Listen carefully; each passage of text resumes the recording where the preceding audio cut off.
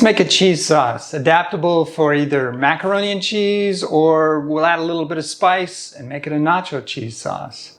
So we're going to use 2 cups of russet potatoes that have been peeled and boiled, 2 cups of carrots, 4 cups of the cream sauce that we made last time, 1/4 cup of tapioca starch, 1 tablespoon of nutritional yeast, a teaspoon of powdered garlic, a teaspoon of Dijon mustard, a tablespoon of rice wine vinegar, a tablespoon of light miso, a teaspoon of the vegetable base, 2 tablespoons of olive oil, and then we'll start with 2 teaspoons of salt, and we can adjust that later. And we'll use just enough water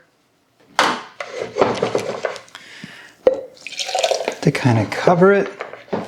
I'm using the water that I had left over from boiling the carrots and the potatoes. And then we can add more, so we'll blend this.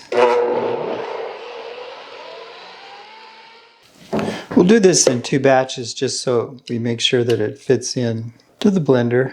Put those into a pot and just whisk that, bring that up to a temperature of just simmering, so 160, 70 degrees, in order to allow the starch in the tapioca flour to begin to gel. And we'll just keep stirring that until we can see some slight bubbling.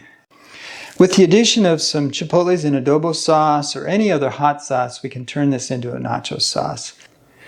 Enjoy, and let your heart smile just a little bit for being part of a plant-based world.